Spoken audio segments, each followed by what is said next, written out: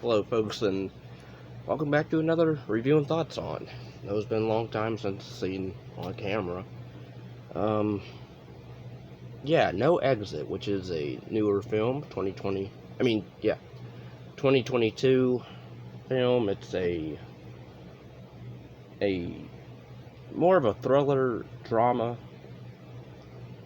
suspense a little bit. I mean, the poster makes it look like it's supposed to be a supernatural horror film, but it's not at all. I mean, it's based off a book called No Exit, and basically this girl, Darby, the director is Damien Power, and it has, I guess, two writers. It stars Hervana Rose Lilu. Not sure how to pronounce her name, but it stars a girl named Havana Rose. I thought the acting in this overall was fine from everyone. It was pretty. The one guy, the one actor that I kept, he sounded and looked like the Geico, or not Geico,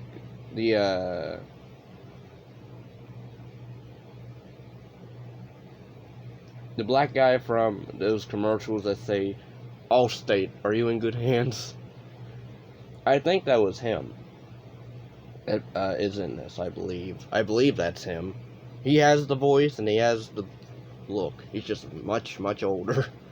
But he plays a military background Marine guy.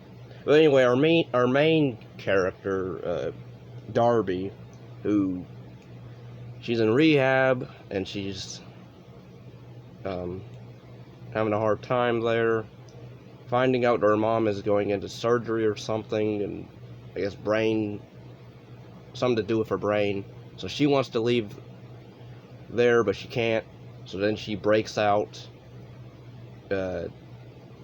takes a car, and it's a blizzard out, but she still drives, and she gets pulled over by a cop.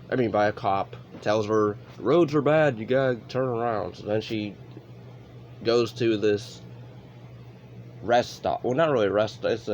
I forget what it's called. I forget what those places where I guess it's pretty much a rest stop. But yeah, she stops there. You have at least, I believe, there's the two young guys, and then two. So you have 5 people total in this entire movie. A sixth if you count the little girl, but that you find out spoilers. But yeah, this is basically one of those. She finds early on when she goes out, I guess, to get a signal, she hears screaming in a van. At first, I thought it was because at first we see a handprint get imprinted on the window. So I'm thinking it's supernatural. Probably she's not real, or no, she's real. Pretty much, it's her trying to figure out whose van this is, who's going into Nevada or wherever, or who's from Nevada, because she takes a picture of the plates.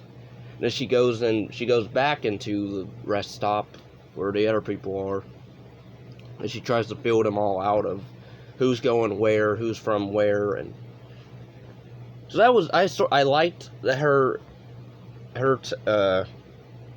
approach of interrogating, and of course, at first you find out it's just the one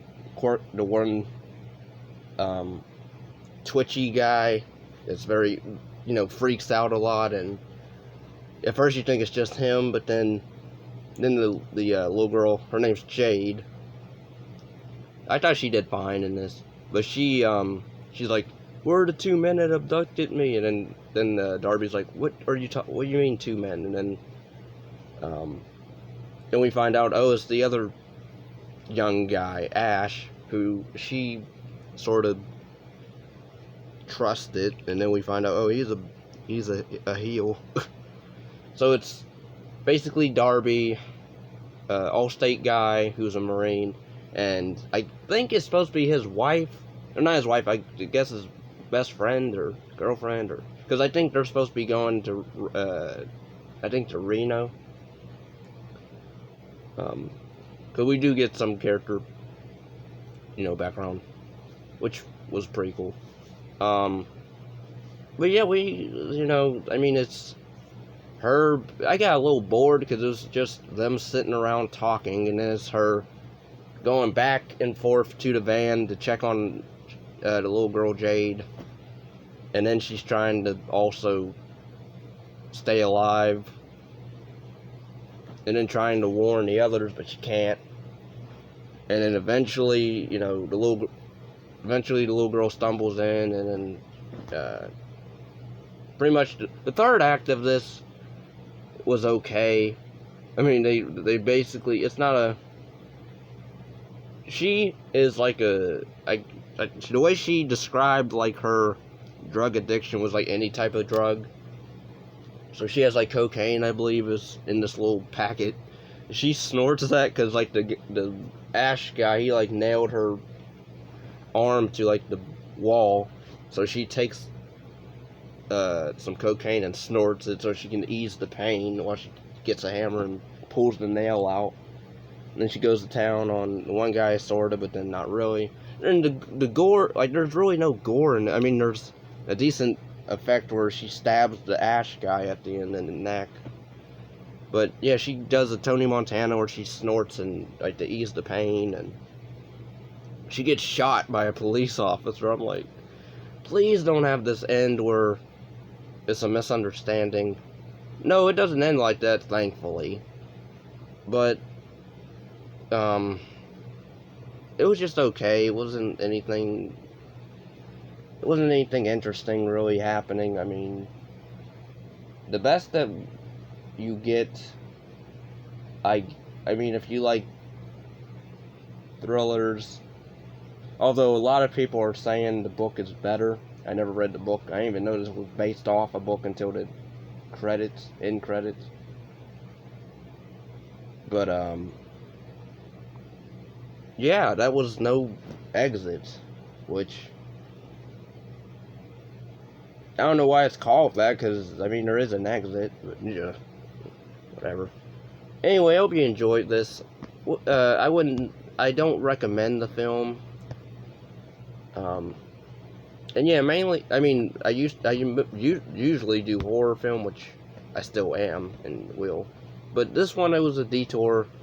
I did think at first, I thought it was going to be like, because I read the synopsis, I read a little bit of it, about 5 people at a certain location, and I figured it was going to be like one of those time loop movies, I don't know, where you find out all the characters are dead or something, or no, it wasn't that at all, and I don't know, it was fine, but again, like, halfway through, I was getting a little bored.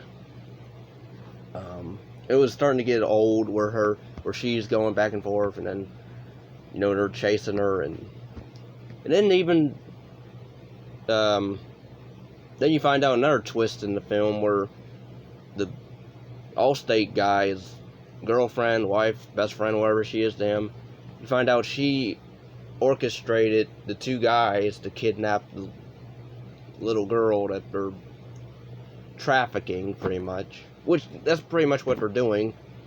And she was under the impression, I guess, they were just going to take her, and I guess I don't understand what she thought they were going to do. I guess she paid them like to get rid of her, because there's like a flashback to where she calls them, or on the internet or whatever they say, and I guess she stages like a abduction, and because pretty much we see the little girl where she's like being rude to the lady, of like threatening to tell her parents, I guess, that if she doesn't do what she says, like she'll tell them that she was smoking weed or something, or doing drugs or something.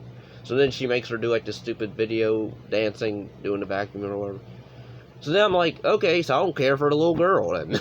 Like, what? The fact that she is like blackmailing this other lady, but then, so really the only person you really like is the Marine Allstate guy and Darby. everybody else can screw off. And maybe the police officer, but then he dies, so then you can't really like him. But yeah, overall, it's just a okay film. I wouldn't watch it again. I wouldn't even say go.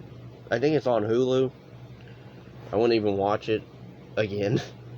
Because again, it's just one of those